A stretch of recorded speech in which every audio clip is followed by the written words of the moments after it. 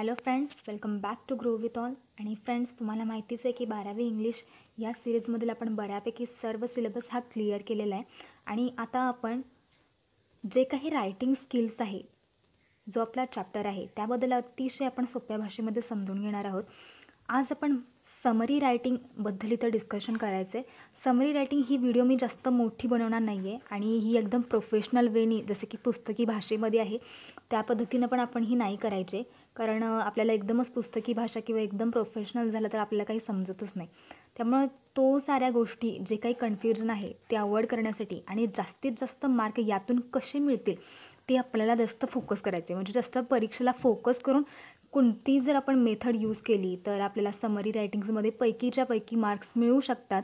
किंबहुना 4 मार्कांसाठी हा चॅप्टर असेल तर त्यातील 3 मार्क कसे आपण मिळवू शकतो हे आपण या व्हिडिओमध्ये डिस्कशन करायचं आहे. उगाचच मी सगळे पुस्तकाचे जे काही पॉईंट्स टू पॉईंट्स सांगितलेले आहे किंवा सगळे जे लाईन बाय लाईन दिलेलं आहे ते सगळं वाचत बसत आपण व्हिडिओ उगाचच लेंदी करायची नाही आहे. महत्त्वाचे पॉईंट्स घ्यायचे आहेत आणि मी तुम्हाला एक्स्ट्रा पण काहीतरी सांगेन, ते जर तुम्ही यूज केलं तर खरंच फ्रेंड्स तुम्हाला यामधील 4 पैकी किमान 3 मार्क्स तरी तुम्हाला सहज मिळून जातील समरी रायटिंग्समध्ये. ओके, आणि ज्यांचं इंग्लिश बऱ्यापैकी चांगलं असेल ते तर 4 पैकी 4 पण मार्क्स घेऊ शकतात. ठीक आहे, सो आपण चालू करूया समरी रायटिंग्स या आपल्या चॅप्टरला, 12वी इंग्लिश या सिरीजमधील रायटिंग स्किल्स. गोष्ट राहून गेली फ्रेंड्स, ती म्हणजे अशी की ग्रो विथ ऑल हे आपल्या चॅनलला जर तुम्ही अजून देखील सबस्क्राईब करून घेतलं नसेल तर फ्रेंड्स आपल्या चॅनलला सबस्क्राईब करून घ्या, कारण आपण अशाच पद्धतीने ट्रिकी वेनी आपण सर्व आजच्यापर्यंतच्या समरी बघितलेल्या आहे, ज्या खूप इंटरेस्टिंग पद्धतीनं आपण दिलेल्या आहेत आणि यापेक्षाही जास्त आपण इंटरेस्टिंग बनवणार आहोत सगळ्या गोष्टी. ठीक आहे, सो रायटिंग स्किल्स हा जो टॉपिक आहे तो तर आता आपण आजपासून स्टार्ट करतो आहे आणि सगळ्या तुम्हाला ट्रिकी वेनी सगळ्या गोष्टी समजून दिल्या जातील. सो फ्रेंड्स, आपल्या चॅनलला सबस्क्राईब करायला विसरू नका आणि नक्कीच तुमच्या सर्व फ्रेंड्सना हे चॅनल तुम्ही शेअर करा. ठीक आहे, सो आपण चालू करूया आपलं समरी रायटिंग्सला. समरी म्हणजे काय हे आपण पहिल्यांदा समजून घेऊया. समरीचा अर्थ नेमका काय होतो, तर खूप सगळ्या गोष्टी कन्फ्युजन करण्यापेक्षा मी तुम्हाला जस्ट सिम्पल वेमध्ये सांगेल. ते म्हणजे समरी म्हणजेच giving important information in short manner, म्हणजे महत्त्वाची गोष्ट तुम्हाला अतिशय सोप्या शब्दात किंवा छोट्या शब्दांमध्ये सांगणे. म्हणजे खूप साऱ्या गोष्टी ज्या असतात महत्त्वाच्या त्या अतिशय फॅक्ट फक्त त्यातले घेणे आणि बाकीच्या सर्व गोष्टी ज्या अननेसेसरी डाटा असेल किंवा अननेसेसरी जे वर्ड्स असेल ते सर्व टाळून अतिशय फक्त महत्त्वाची इन्फॉर्मेशन कलेक्ट करायची आणि ती पोचवायची. म्हणजे आपण तांदूळ निवडतो ना, तांदळातले खडे आपण वेचून टाकतो आणि फक्त जे महत्त्वाचे असतात तेच, जे चांगले तांदूळ असतात तेच आपण निवडून बाजूला काढतो. Something like that. Okay, so जे काही अननेसेसरी आहे, जे अननेसेसरी आपण जसं बघितलं की तांदळातील खडे होते किंवा आणखी काही गोष्टी असतील, म्हणजे बऱ्याचशा गोष्टी असतात, कचरा असतो, त्या आपण सगळ्या टाकून दिल्या. तशाच पद्धतीने जो डेटा असेल, unnecessary data, unnecessary words, unnecessary examples किंवा डिटेल्स जे काही दिलेले असतात ते सर्व अवॉइड करायचे आणि जी काही महत्त्वाची जी थीम असेल त्या पूर्ण पॅसेजची म्हणा किंवा कुठल्याही गोष्टीची, पोएट्रीची पण म्हणा किंवा बाकीच्या, तर आपल्याला सध्या इथं पॅसेजेस आपल्याला येईल पेपरला. ठीक आहे, सो महत्त्वाची इन्फॉर्मेशन जास्तीत जास्त ती कलेक्ट करायची आणि सर्व डिटेलिंग इन्फॉर्मेशन टाळणं, ह्यालाच आपण समरी असं म्हणतो. आय होप, मला वाटते की तुम्हाला ही कन्सेप्ट क्लिअर झालेली असेल. आता मग ही समरी जी आहे ते पुस्तकामध्ये आपल्याला खूप छान पद्धतीनं काय केलं पाहिजे आणि काय नको केलं पाहिजे ह्याचं आपल्याला जे पॉईंट्स दिलेले आहेत ते आपण आता बघूया. की पहिल्यांदा आपण बघू की जे काही केलं पाहिजे समरी रायटिंग्समध्ये, कोणत्या गोष्टी आपण फॉलो केल्या पाहिजेत त्या आपण बघूया. या ठिकाणी आपल्याला काही गोष्टी दिले ज्या डूज किंवा आपल्याला करायचे आहेत. समरी रायटिंग करत असताना या गोष्टी आपल्याला लक्षात ठेवायच्या आहेत आणि त्यांचा यूज देखील करायचा आहे. मग बघू आपण डिटेलमध्ये एक एक गोष्ट काय सांगितलेली आहे. तर बघा, सगळ्यात महत्त्वाची पहिली गोष्ट तर ते काय आहे ती म्हणजे रीड अँड रीड पॅसेज. अर्थात कुठलाही जर तुम्हाला पेपरमध्ये पॅसेज दिला असेल तर तो तुम्हाला निदान 2 वेळा तरी तुम्ही तो वाचून काढायचा आहे. त्यानंतर जस्ट नुसतं पोपटपंचीसारखं वाचायचं नाही आहे, तर तो समजून घ्यायचा आहे. म्हणजे बऱ्यापैकी लोकांचं जरी इंग्लिश कच्चं असेल तरीसुद्धा त्यातील मेन जी थीम आहे ती समजण्याचा प्रयत्न करा. अंडरस्टँड म्हणजे पूर्ण लाईन बाय लाईनच समजणं असं नाही, त्यातली जी मेन थीम जरी, मेन आयडिया जरी तुमच्या लक्षात आली तरी इनफ आहे. तसेच रीड द इन्स्ट्रक्शन्स हे महत्त्वाचं आहे. तसेच find exactly what you need to summarise. अर्थात मी तुम्हाला सांगितलं तसंच मेन जी आयडिया आहे किंवा मेन जी थीम आहे ती बाजूला काढा आणि ड्राफ्ट एक तयार करा त्याचा. म्हणजे पहिल्यांदा एक्झॅक्टली फाइंड आउट करा की तुम्हाला नेमकं करायचं तर काय समराईज करायचं. म्हणजे असं नाही की उगाच बाकीच्याच गोष्टी घेतलेल्या आणि मेन आयडियाच राहिली बाजूला, असं होता कामा नये. ठीक आहे. तसंच दुसरा पॉईंट काय म्हणतं मग, identify the main idea through the process of asking questions. हा पॉईंट आपण थोड्या वेळाने डिस्कस करणारच आहोत की कशा पद्धतीने आपण क्वेश्चन्स थ्रू आपण त्याचे समरी काढू शकतो. आणि जर तो सुदैवाने जर तुम्हाला ना फ्रेंड्स एखादी गोष्ट आली तर सगळ्यात भारी, कारण गोष्ट वगैरे आली तर आपण पटकन समरी करू शकतो. 4-5 क्वेश्चनमध्ये आपल्याला सर्व गोष्टी मिळून जातात. पण जरी नाही आली कुठली तरी पॅसेज कुठल्या औपचारिकतेचा कुठला तरी आला, जसं की हेल्थवरती आला, नाहीतर आणखी कुठला तरी धार्मिक पॅसेज आला म्हणा, तर मग यावेळेला थोडंसं तुम्हाला डिफिकल्ट जाऊ शकतं. पण ते सुद्धा जर क्वेश्चन आन्सर ही मेथड यूज केली तर ते खूप सिम्पल होतं. आपण थोड्या वेळाने ते डिस्कस करू. ठीक आहे. तसेच form short sentence on your on. म्हणजे मोठे पॅसेजेसमध्ये बघितलं तर खूप मोठे आपल्याला ओळी दिसतात. म्हणजे 1-1, 2-2 ओळींचं, म्हणजे जिथे पूर्णविराम संपतो ती ठिकाणी आपली पूर्ण लाईन संपते. पण असं नाही करायचं. त्यावेळेला तुम्हाला जर समरी रायटिंग तुम्ही करताय तर त्या ठिकाणी तुम्ही असे मोठी जे वाक्य आहेत ती तुम्ही अवॉइड केली पाहिजेत. आणि स्वतःचं एकदम सिम्पल प्रेझेंट टेन्समध्ये तुम्हाला हे बनवायचे आहेत, सेंटेन्स फॉर्म करायचे. ठीक आहे. तसेच महत्त्वाचा पॉईंट ते पुढचा तो म्हणजे connect the sentence using linkers. म्हणजे एक झाल्यानंतर दुसरे जे सेंटेन्स असेल त्याची लिंक पण जोडता आली पाहिजे तुम्हाला. म्हणजे असं नाही की पहिला सेंटेन्स वेगळा, दुसरा त्याला काही जवळपास हे नाही, असं नाही. पुढचा पॉईंट तो काय सांगतो ते म्हणजे remove redundant words and sentence from the key sentence. की पॉईंट्स सगळ्यात प्रथम काय करायचं की शेजारीच महत्त्वाचे की पॉईंट्स लिहून काढायचे. आणि जे काही एक्झाम्पल्स वगैरे असतील म्हणा किंवा एक्स्ट्रा वर्ड्स असतील, म्हणजे काही लोकांना खूप एक्स्ट्रा बोलण्याची सवय असते, जसे की टुगेदर आहे, कनेक्ट टुगेदर. असं नाही, कनेक्ट अँड टुगेदर दोन्ही पण एकच झालं ना.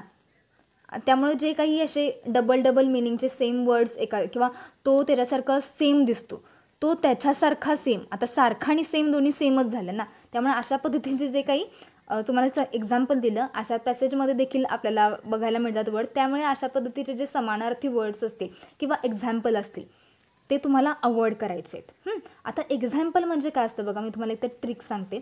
ते म्हणजे लाईक हा शब्द आणि लाईकच्या पुढं स्वल्पविराम दिलेली काही शब्द असतील ते उत्तर ते सर्व तुम्हाला गाळायचे आहेत. म्हणजे शी इज व्हेरी ब्युटिफुल किंवा आणि मग पुन्हा स्वल्पविराम देऊन प्रिटी दिलेलं असतं किंवा पुढे आणि क्यूट दिलेलं असतं. या बाकीच्या सर्व गोष्टी जे वैशिष्ट्य असतात ती तुम्ही अवॉइड केली तरी चालतात. फॉर एक्झाम्पल मला सांगायचं आहे की इथं लाईकच्या पुढं अर्थात जी एक्झाम्पल्स आपल्याला वगैरे दिली जातात ती तुम्हाला इथं अवॉइड करायची आहेत. तसेच काय आहे मग, ओमिट डिटेल्स आपल्याला ओमिट करायचे आहेत. And avoid your own interpreted. अर्थात याचा अर्थ काय की स्वतःचं मत इथं घुसडायचं नाही. स्वतःचं मत जे असेल ते तुम्ही स्वतःमध्ये मनामध्येच ठेवा. इथं काय समरी रायटिंग्समध्ये त्याचा काही यूज करायचा नाही आहे. ठीक आहे. सो अशा पद्धतीने हे आपण बघितले की डूज कोणते होते. आता महत्त्वाची गोष्ट ती म्हणजे अशी की डोंट्स कोणते आहेत ते आपण आता बघू. की महत्त्वाची गोष्ट की जे आपण अवॉइड केलं पाहिजे ते आपण करता कामा नये. ठीक आहे. सो ते पण बघू. तर इथे बघा डोंट्स हे रेड अक्षरामध्येच मी मुद्दाम दाखवले की ते तुम्हाला करायचं अजिबात नाही आहे. जर तुम्हाला 4 पैकी 4 किंवा ॲटलिस्ट 3 तरी मार्क मिळवायचे तर तुम्हाला हे पूर्णतः अवॉइड करणं गरजेचंच आहे. ठीक आहे. तर काय आहे बघा, इन्क्ल्यूड. म्हणजे उगाचच काहीतरी इन्क्लूड करायचं मनाचं किंवा एक्स्ट्रा वर्ड्स इन्क्लूड करणं, एक्सक्ल्यूड करणं हे तुम्हाला टाळायचं आहे. सगळ्यात महत्त्वाची गोष्ट आपण डूजमध्ये देखील बघितलं. ठीक आहे. किंवा ॲड हे आपण बघितलं, हे देखील पण एक्स्ट्रामध्ये ॲड काय असेल तर ते करायचं नाही. किंवा कमेंट, तुम्हाला जे काही वाटतंय तुम्हाला स्वतःचं एंटरप्रिटेंट आपण बघितलं ते टाळायचं आहे. कमेंट कुठल्याही गोष्टीवरती करायचं नाही. भले तुम्हाला किती जरी छान तुम्ही रायटर असाल, लिहित असाल, एसे रायटिंगमध्ये तुम्ही परफेक्ट असाल तरी देखील इथं तो स्किल यूज करायचा नाही आहे. कारण आपण इथं मार्क्स कसे मिळवायचे हे बघतोय. आणि गिविंग एक्झाम्पल्स हे देखील आपल्याला इथं करायचं नाही आहे. जरी भले पॅसेजेसमध्ये दिलेली असतील ई पॉईंट जी किंवा एक्झाम्पल्स म्हणून दिलेलं असतं, किंवा लाईकच्या पुढचे जे शब्द असतात, ॲजच्या पुढचे शब्द असतात, जे एक्स्ट्रा माहिती काहीतरी प्रोव्हाइड करत असतात, किंवा बरेचसे काही असतात की तुम्ही जे फाइंड आउट करू शकता. नॉट ओनली बट ऑल्सो वगैरे असे काही वर्ड्सनी खूप क्लिष्ट बनवली जातात वाक्य, ती तुम्हाला टाळायची आहेत आणि अतिशय सिम्पल आणि सोपी आपली भाषा ठेवायची असते. अगदी सरळ आणि सोप्या भाषेमध्ये आपल्याला समरी रायटिंग्स करायचं असतं. सो हे होते डोंट्स, ते तुम्ही लक्षात ठेवाच. तर बघा, आत्ताचा जो पॉईंट आहे तो म्हणजे स्टेप्स. हे पुस्तकामध्ये आपल्याला दिलेलं आहे आणि हे तुम्हाला 1 ते 6 हे अशा तुम्हाला स्टेप्स दिलेले आहेत 1 बाय 1, आणि त्या तुम्हाला आहे तशाच 1 बाय 1च फॉलो करायचे आहेत, की जेणेकरून तुम्ही बऱ्यापैकी व्यवस्थितरित्या तुमचं ॲन्सर राईट करू शकता. आणि जर तुमची थोडीफार देखील इंग्लिशवरती कमांड असतील तर मला नाही वाटत की कोणीही तुम्हाला 4 पैकी 4 यामधील मार्क्स देण्यामध्ये थांबवू शकतं. ठीक आहे. सो काय आपल्याला स्टेप्स दिलेत बघा. सगळ्यात प्रथम जी स्टेप आहे ती म्हणजे read the article twice. Paper हातात आल्यानंतर सगळ्यात प्रथम तुम्हाला तो 2दा आर्टिकल वाचायचा आहे. ठीक आहे. आणि नुसता वाचून म्हणजे पोपटपंची नाही करायची, तर तो समजून पण घ्यायचा आहे. Ask question about purpose of writing, म्हणजे स्वतःला क्वेश्चन विचारा की what is the purpose of writing, what is the purpose of its theme. हे बघा, तिसराच पॉईंट काय सांगतो आपल्याला, identify the main idea. We just mention identify the main theme of the passage. ठीक आहे. तसेच मग नेक्स्ट जो काय आहे स्टेप ती काय सांगते, तर ती म्हणजे राईट द फर्स्ट ड्राफ्ट. म्हणजे तुमचा फर्स्ट ड्राफ्ट जो आहे, म्हणजे आपण कच्चं लिखाण असं म्हणतो, तो लिहून काढा असं ते सांगतं.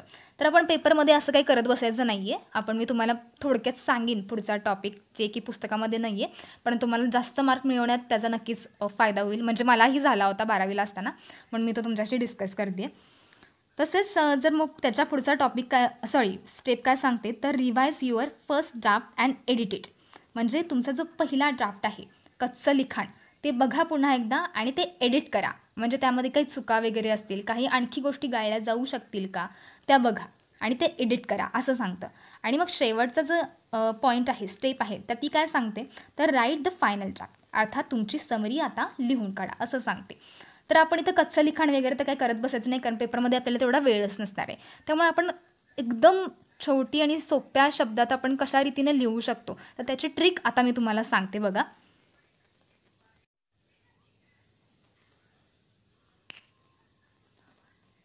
तर या ठिकाणी बघा, सम इम्पॉर्टंट पॉईंट्स किंवा ह्यांनाच मी ट्रिक असं संबोधते. ठीक आहे. तर सगळ्यात प्रथम ज्यावेळेला पेपर तुमच्या हातात येईल, त्यानंतर सगळ्यात प्रथम तर रीडिंग इज मस्ट. तुम्हाला वाचलं पाहिजे, त्याशिवाय तुम्हाला कळणारच नाही. त्यानंतर सगळ्यात महत्त्वाचा पॉईंट येतो ते म्हणजे त्यानंतरचं येणारं टायटल. टायटल हे द्यायला अजिबात विसरू नका फ्रेंड्स. म्हणजे काही लोक, मी तर म्हणणे की सगळ्यात जेव्हा तुम्हाला समजेल ना, कशावरही असू दे पॉईंट, म्हणजे तो पॅसेज कशावर जरी, तर फॉर एक्झाम्पल समजा जर हेल्थवरती असाल तर तुम्ही त्या ठिकाणी हेल्थ इज वेल्थ देऊ शकता, किंवा काही नाही जर समजलं तरी हेल्थ असं द्या, किंवा पैशांशी निगडीत काहीतरी आलं समजा तर तुम्ही मनी असं देऊ शकता. पॉलिटिशियन म्हणजे थोडंसं तुम्हाला राजकारण वगैरे असं कळालं तर त्याला तशा पद्धतीनं देऊ शकता. कारण इथं टायटलला 4 मार्कांचा पूर्ण तुम्हाला असणार आहे हे समरी रायटिंग, आणि त्यामधील 1 मार्क हा टायटलसाठी फिक्स असतो. त्यामुळे हा मार्क तुमच्या हातातला आहे आणि एका शब्दासाठी तुम्हाला इथं मार्क मिळणार आहे फ्रेंड्स. आणि अजिबात हे लूज करू नका. भले तुमची किती जरी थीम तुम्ही छान पद्धतीने लिहून काढली आणि जर तुम्ही टायटल लिहायलाच विसरलात तर मग झालं, तुम्हाला तिथं पैकीच्या पैकी तरी तुम्ही इथं घेऊच शकणार नाही. त्यामुळे टायटल इज मस्ट. टायटल छानपैकी जर तुम्हाला येत असेल तर सोन्याहून पिवळा आहे, आणि जर तुम्हाला काही नाही समजलं तरी त्यातील जो मेन गाभा आहे तो समजला आणि त्यानुसार तुम्ही एका शब्दामध्ये जरी टायटल दिलं तरी ते पुरेसं असतं. ठीक आहे. त्यानंतरचा जो टॉपिक आहे, पॉईंट मी तर सांगते, तर तो म्हणजे थीम, पर्पज. अर्थात आपण रीड केल्यानंतर आपल्याला पर्पज समजणं गरजेचं आहे. आणि या तर समजण्यासाठी त्यासाठी तुम्ही स्वतःला किंवा पॅसेजला क्वेश्चन करू शकता. मग क्वेश्चन्स कशा पद्धतीनं, हे काय आहे किंवा कसं आहे, कशा पद्धतीने घडलं, WH या क्वेश्चनचा तुम्ही यूज करायचा आहे या ठिकाणी. आणि म्हणजे हाऊ म्हणा, कसं घडलं. जर या ठिकाणी स्टोरीज जर तुम्हाला आली, स्टोरी जर सुदैवानं आली ना, तर मग खूप छान होऊन जाईल. पण जरी नाही आली स्टोरी तरी देखील तुम्हाला क्वेश्चन ॲन्सरच्या स्वरूपात तुम्ही याचे ॲन्सर्स फाइंड आउट करू शकता. आणि जर काही विद्यार्थ्यांना अजिबातच हे जमत नसेल की क्वेश्चन कधी हे करायचे, कुठं काय करायचे समजत नसेल, तर त्यांच्यासाठी एक महत्त्वाची म्हणजे इथं ट्रिक आहे. ती म्हणजे तुम्ही पहिल्या ओळीतील 2-3 वाक्य, मधल्या पॅरेग्राफमधील 2-3 वाक्य असं, किंवा शेवटच्यामधील 2-3 वाक्य असं गुंडाळून जरी काहीतरी तयार केलं आणि लिहून आला तरी देखील तुम्हाला तिथं मार्क्स पडू शकतात. त्यामुळे असं ते स्किप करू नका हा टॉपिक, असंच सांगायचं आहे मला. त्यामुळे उगाच सोडून देण्यापेक्षा काहीतरी ज्यांना बऱ्यापैकी कमांड आहे किंवा येतं बऱ्यापैकी इंग्लिश समजतं, तर त्यांनी असं नका करू, तुम्ही व्यवस्थित लिहून काढा. पण एखाद्याचं इंग्लिश फारच कसं आणि काहीच जर जमत नसेल तर तुम्ही अशा पद्धतीनं करण्यात काही हरकत नाही आहे. कारण पूर्ण सोडून देण्यापेक्षा अशा पद्धतीने निदान तुम्हाला काहीतरी मार्क्स दिले जातील. ठीक आहे. आणि मग एंडिंग खूप महत्त्वाची असते. एंडिंग पण तुम्ही छान पद्धतीने करा. छान पद्धतीने करायचा अर्थ नाही की तुम्ही स्वतःचं काहीतरी इथं मत द्या किंवा काहीतरी हे करा वगैरे, असं नाही करायचं. छान पद्धतीनंच संपवायची आहे आपल्याला एंडिंग. आणि सगळ्या वाक्यांची फ्रेंड्स, सुरुवातीपासून शेवटपर्यंत सगळ्या वाक्यांची ही लिंक असली पाहिजे. लिंक अजिबात तोडू नका. सो आय होप तुम्हाला ही माझी व्हिडिओ समरी रायटिंगवरील समजली असेल. आणि जरी पण डाऊट राहून जातो तर नक्की कमेंट सेक्शनला विचारू शकता. आणि आपल्या चॅनलला फ्रेंड्स अजिबात सबस्क्राईब करायला विसरू नका. आणि हा जो व्हिडिओ आहे तो प्लीज तुमच्या सर्व फ्रेंड्स आणि फॅमिलीला, जितके काही लोक 12वी इंग्लिशला तुमच्या कॉन्टॅक्टमध्ये असतील त्या सर्वांना शेअर करा. आपण येणाऱ्या काही दिवसांमध्येच रायटिंग स्किल्सवरील अशाच ट्रिकी वेनी बाकीच्या पण रायटिंग स्किल्समधील जे चॅप्टर्स आहेत त्या क्लिअर करणार आहोत. सो ठीक आहे, थँक्यू सो मच. आजच्यापुरतं इतकंच. भेटू लवकरच नेक्स्ट व्हिडिओमध्ये.